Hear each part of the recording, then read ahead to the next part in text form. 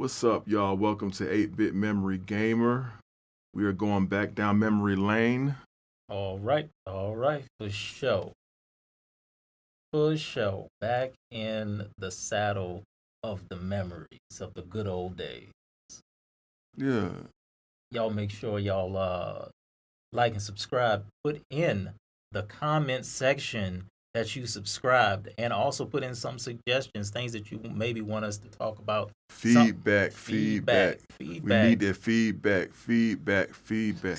See, Most definitely. that's me trying to work on some music, on the sly. I've been working on this 8-Bit Memory Gamer stuff, and I've been neglecting my music side of things. So I gotta get it in whenever I can. You know what I'm saying? It's all right. You can be a prisoner to the game. You know. You're a prisoner to the game. Oh, I get it. All right. So yeah, we back down memory lane, and I believe we left off at TurboGrafx to get right into it specifically. Left off at TurboGrafx, but every system that we showed on the last memory lane, we're gonna kind of go down that. And this time we're doing the TurboGrafx. We're gonna start off with the TurboGrafx. TurboGrafx was right after our NES. Our NES, like I said, didn't survive, but we did get that TurboGrafx not too long after that. Actually, Big Nye is the TurboGrafx experts. I had to polish myself up a little bit and remember the TurboGrafx stuff that I really, really cared about and I really, really loved to play. Going down some of them games. There were some games that we had we couldn't even get to. We wanted a whole bunch of games, but we couldn't get. Yo, man, you talk about because Toys R Us on Candler Road was like the only thing that was close to us. Talk about a wish list. A wish list indeed. We had some games up for wish. At one point later on down the line, I think it was a Hollywood Video. It was a Blockbuster. Then it changed to a Hollywood Video that was on Candler Road. Yeah. And they were the only ones I ever knew that had a small TurboGrafx 16 area that you could rent. And they had some. Yeah, we were limited. Like surprisingly, I think we talked about it. We was limited. It was like one story, one two. Really, like we didn't venture out. We couldn't. Our parents weren't taking us nowhere else. We had luxury, but we was on still a budget. We had something. The TurboGrafx 16 was a big step up. We suffered. A lot of rich, well-off kids had, or decently well-off kids, and we had that. But we had all the bootleg broke stuff to go along with it. Black and white TVs. We had to make sure that we had to leave for our parents. Our parents had to leave. Our parents had to leave so we could use their TVs to see what the game actually looked like in color, because we was stuck on a black and white screen. There was stuff. No, that was correct what you said first time. We had to leave. You're gonna have to run away and get you a. Yeah, you technically right. Yeah, I technically was right. You better go ahead and get your own. Yeah. Before you get a color TV. Yeah, go out there and get you a job. And pretty much that's what we had to do. I know that's what I had to do. I remember one of your TVs that we used to play on was the little handheld black and white. Wasn't it a little combo? Was it a little combo? No, it wasn't a combo. No, it wasn't a combo. What I'm thinking about is that little small tiny TV. Exactly. With the handle on it. With the handle, that's what I'm talking about. No, it was a combo because they had a daggone radio on that mug. Yeah, that's what I'm talking about. Tune in. Oh my goodness. Yeah, that's what I'm talking about. I know it was some kind of a combo. What did the kids know about antennas? Having to rearrange the antennas, the rabbit ears and all that. The rabbit ears and everything. What about the fact that my man right here? Please tell the story of the answer machine. Oh. I'm kind of ashamed, but I said we was gonna be transparent and really open up. So the struggle was so real for me that we had an answering machine. And back in the days, the answering machines had actual tape, like the cassette tapes. And we had the really old one, not with the mini tapes. We had the ones with the big tapes. Yeah, the big ones. But it was good in a way because that was my only way to play music. Right. I'm playing my Kwame, Big Daddy Kane, and all that kind of stuff on a daggone answering service. Yeah, hey, I man, mean, you had to come do on. what you got to do. An answering service was not made to be playing to be a hi-fi. So what they call them old stereo? It wasn't meant to be no component system. No, it was not meant to be a boombox. Trying to boombox and be talking. It wasn't meant for all of that. It wasn't meant, but that's what we had to do. Like I said, I had to wait for. I remember a couple of times we had to come up together. We had to come up together, man. We had so many times that when he got a game, I got a game. When I got a game, he got a game, because we would like have to like go between houses. Hey, was it Vidal Sassoon? If I don't look good, we don't look good. Is that how it went? If I don't look good, you don't look good. Yeah. Yeah. That's how it was. Man, that's how it was. It was so many games that to come up, like that we wanted, but they were so expensive. I mean, those games always have been about $50, and I think those games were about $40, $50. I think if we saw a $40 one, that was good. Yeah, Jordan was $50. I think the one game that I got that was like that wasn't off of the clearance rack, one game, and I want to say it was Impossible. I don't know if I spoke about this before, but yeah, Impossible was like the only game that I got that was not off the 1999 clearance rack. You know what I'm saying? Which we are so familiar with. Oh, but, man, it was. If you was patient though, you might have came up on something good. But imagine if we could have went far out. What we could have gotten. We could have gotten a whole bunch. And like I said, I didn't play a lot of these games till later. I wanted to play Bloody Wolf. Oh, and man, when I finally got a chance to rent that was there one time, and their rental was only 2 days or 1 day, something like that. So we was always late. I think it was only 1 day, but it was actually just enough to piss you off. Just enough to piss you off. It was Bloody Wolf we played, which, like I said, I always wanted it, but it was always expensive, so could never find it in the Toys R Us that we was at.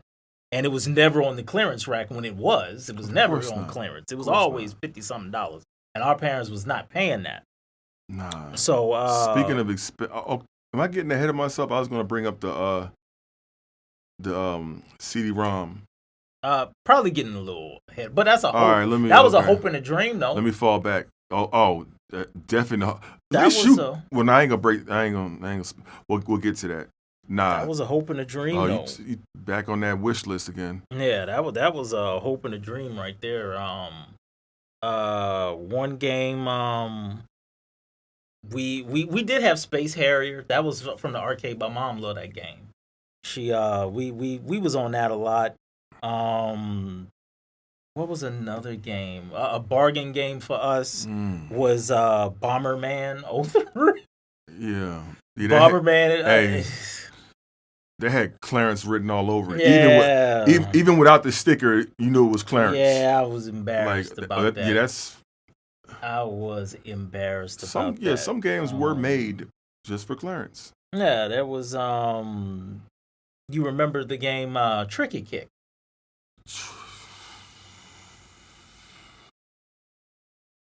I'm not even gonna go into that right now. Why'd you bring that up? Yes, Tricky Kick. You and your mom were supposed to go out and get a game for yourself, which means a game for all of us, and you come home and bring home that game. This game, look at it. Look how terrible that looks. That looks like something out of a doggone 2-bit flea market. You'll see. Okay. Anyway, yeah, Tricky Kick. That was Yeah, that was oh man. That was an early fail. JJ and Jeff. Now him and my brother were always good at JJ and Jeff. I think I mentioned that before. You guys were the JJ and Jeff fans. You guys did great on that game. I just always was sliding all over the place. That's one game right there. I let you guys find the way, and I played it just off of what you guys did. Yeah, that game. Because I don't know, something about that game just really clicked with me. You know what I'm saying? Yeah. Well, with us, you know what I'm saying. But You and Rico. yeah, You and Rico's big thing. but man. what? Mine I want to say y'all was a was- little more in tune to it, like before, because did y'all have Adventure Island before that? We had Adventure Island before that. Okay, so yeah, y'all was already I refuse to get Adventure Island in again. tune with the whole Hudson Soft format of games design. You don't know how I feel about Hudson Soft. Man, But I didn't know Hudson Soft you did can't have. hate on Hudson Soft, man. Hudson Soft, didn't they say Hudson Soft had something to do with TurboGrafx 16? I think so, because Yeah, I mean, I think a so I large appreciate that. majority of their catalog. I appreciate that. I appreciate that they helped the TurboGrafx 16. But Adventure, I think mainly my problem was Adventure Island. My problem was really Adventure Island. I had a problem with that Adventure Island, which I saw other versions of Adventure Island. I was like, oh, maybe this is kind of fun, but I don't want to get suckered into that again.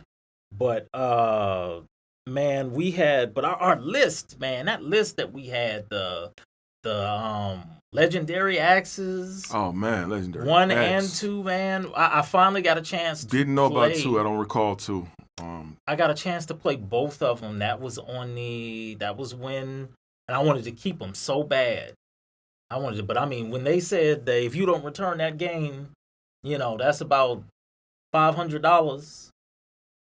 Yeah. My mom wasn't having that. So, I mean, we played a little bit, but that was more or less towards the end of. And I was a no good, because I want to say that I believe one of them games I actually returned.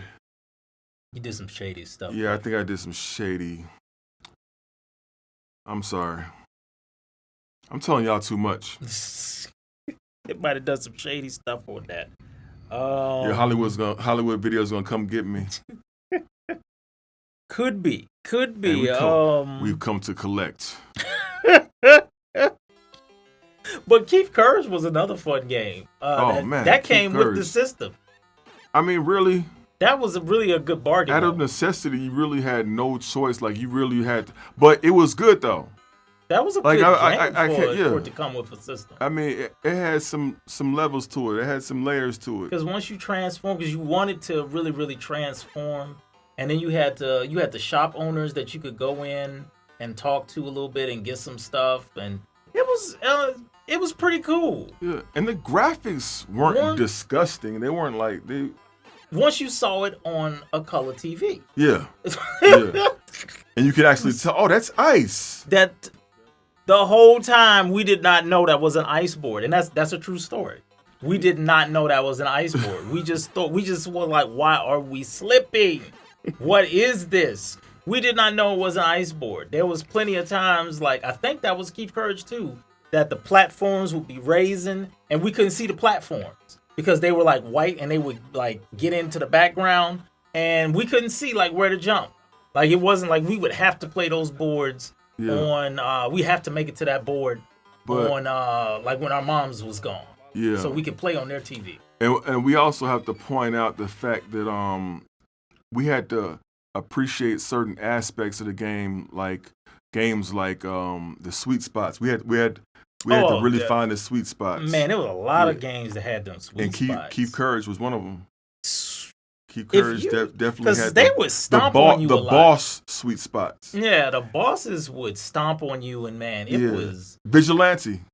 Vigilante was another sweet spot game. Vigilante had a whole bunch of them because I mean those boss fights was ridiculous. After a while, you had the guys that kept jumping over your head with the two brothers. They had dreads in their beard or just whatever. It was terrible looking, and they was all over the place. That was in the junkyard, and you had to find that sweet spot.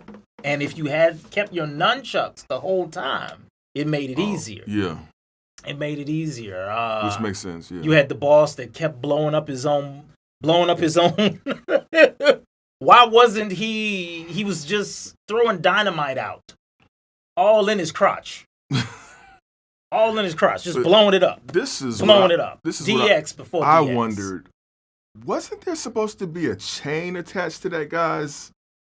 What happened to the chain? Yeah. What happened to the ball? It was like he was swirling around. He was using an invisible telepathy. Yeah. He was a telepath. Just a floating spike ball. Spike ball. If anybody knows Vigilante, they know what we're talking about. Yeah, no chain whatsoever. That was weird. And I forgot. I never made it that far, I don't think, in the arcade. No. I don't know if was it like that in the arcade? $5 budget would have not made it. Yeah. Because they were on for some quarters. Those dudes just coming up and off the street and choking you, like that was some weird stuff for a grown man to just come up and just start choking you. If in a wife beater. Oh my goodness. Like why, sir? Then I hit you and then suddenly you drop nunchucks. Why didn't you attack me with the nunchucks first before you start choking me? I don't understand what kind of freaky stuff that neighborhood was into. Man. And that bar was questionable. I mean, a lot of things. I mean, yeah. Exactly. All of that was suspect. Did we ever see that girl's face? Never saw the girl's face. It was so pixelated, and so it was down. Yeah. And once again, I still say there wasn't a lot of creativity. Have been a wig. What are you trying to say? I mean, yeah. I was talking about his wig. I was saying something about his wig. I mean, I don't know who I'm dealing with. I don't know if I'm working with Michael Jordan or Don Cornelius. I ain't saying nothing. Hey, it's a game. I ain't trying to say nothing. What are you trying to say? I'm just saying. What are you trying to say? The graphics made it difficult to really decipher what was going on. Yeah. I blame it on the graphics. The fact that they kept taking all of the 8-bit tit chicks that they had with the leather and the pixelated boobs out, that wasn't enough for them. They had to go grab the chick that wasn't that was fully clothed, and didn't make sense that they would keep going after this chick.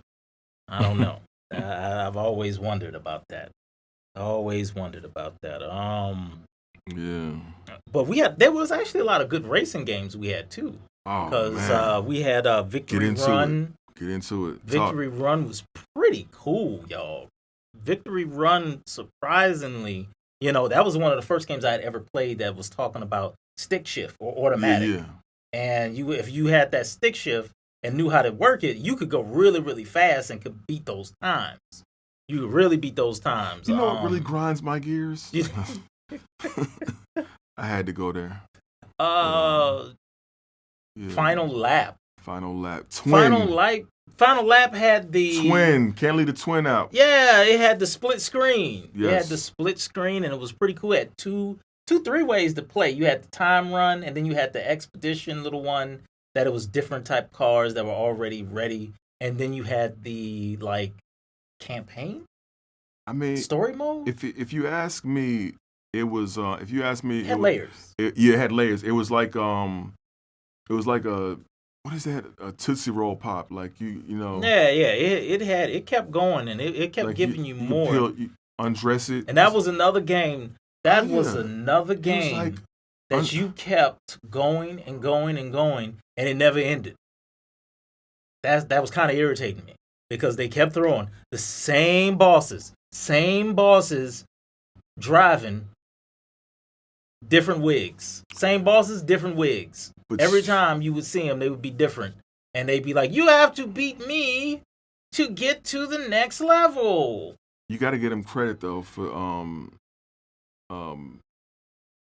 But it was good, though. But that was actually fun. When it was switching up. And it was humorous. It was like... It was hilarious because we had some good laughs. Yeah, we had some great laughs. It was a guy... by the end of it, man, those guys were so mixed up and crazy. That's Fat Pat with a... Yeah, it was Fat Pat. That's exactly what his name was. Yeah. It was Fat Pat, and it was... what was the guy's name with the... I just remember Pat. I just remember that. Fat Pat, most definitely. But Man, it's funny because remember that character Pat from Saturday Night Live? Because that's what we used to always call it. We used to Yeah. always think it was Fat Pat from Saturday Night Live. That was great. You remember? Oh, you got the list for real though. Splatterhouse. Splatterhouse. Now we couldn't have Splatterhouse. We kind of grew up kind of strict on certain things, so we had to sneak Splatterhouse in. Splatterhouse, we had to literally sneak that between each other. I don't know. Splatterhouse, yeah. I can't remember. That was like a gory game before Mortal Kombat came out. And it really wasn't gory. I mean, well, for then, yeah. For then, yeah. But it was crazy. I don't think we ever beat it because we never had enough time. We kept switching it between houses. And I don't think we rented that. I think we bought that because I think I might have bought that with my own money. I don't think I rented that because I don't think anybody would have, like my mom would have not authorized for me to get that. Yeah. While we was, at Hollywood Video. So I think I bought that, if I'm not mistaken, and we were exchanging it. What happened to it? Don't know.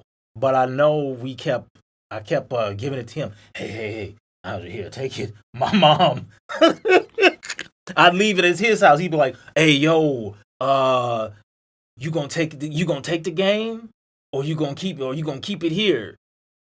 And I was like, "Man, I might have to keep it here because my mom been coming downstairs watching us play a lot." So it was surprisingly we had to do a little bit of sneaking around on that one, but other than that, we pretty much was playing anything we wanted. Anything we ever wanted. So I wanted Night Creatures. I wanted Night Creatures so bad. Let me see. But could never Oh yeah, Night Creatures. Yeah, could never the cover was really cool. It was like an Alter Beast cover. It kind of reminded you of like the beast and all of that stuff, but it was nighttime instead of it. Like Alter Beast cover looked a little like it was like a whole bunch of fire and stuff around it, but theirs was like it was at night. And it was so cool looking. Oh my goodness. But I did get a chance to play it. I did get a chance to play it. But I never owned it. That's what I was trying to say. I did get a chance to play it, never owned it. There's so many games like that. Huh. That got a chance to play it, and a lot of that stuff you got a chance to play like if you was just so happens in a game store. Yeah. You was either on vacation or you was on a somewhere that you're Man, with your spiritual group and all of that stuff. You was with them and you see some video games. Putting the demos up into like places like the stores. Electronic Boutique. Yeah, that's what I'm talking about. Yeah. Yeah. That's when I played. Like a game kiosk. Yeah. I won't get ahead of myself, but before we go any further, we're breaking this up. Please subscribe as usual. Right. 8-Bit Memory Gamer. We need feedback. We want to know how y'all feel about this. What's the best format? What's the best situation you like? Do you like the layout we did with the video with the gaming consoles laid out and so forth? Kind of giving a history on that. What do you like from us the most, or what would you like to see? I mean, just put that in the comments. Put in your comments. And if you subscribe, please let us know. Put that in the comments. Let us know. We love to have new folks and love to see y'all and thank y'all for the love. Shout y'all out, yeah. And we're gonna actually start doing that. Like when y'all start doing that, we're gonna start. Hey, shots out, new subscriber. Yeah, why not build a personal relationship with y'all? You know what I'm saying? Sounds great. And then we can start doing a live thing. Just get acquainted. Yeah. Because we will start doing those. Because people, it's people that grew up like us, believe it or not. Yeah. Believe it or not. In the same area. Yeah. In the same area, they experience the same things and so, up and down Candler Road. And if you share a common bond, if you don't, let us know. Let us know. We're glad to have you. But we ain't going to hold you. Thanks for watching.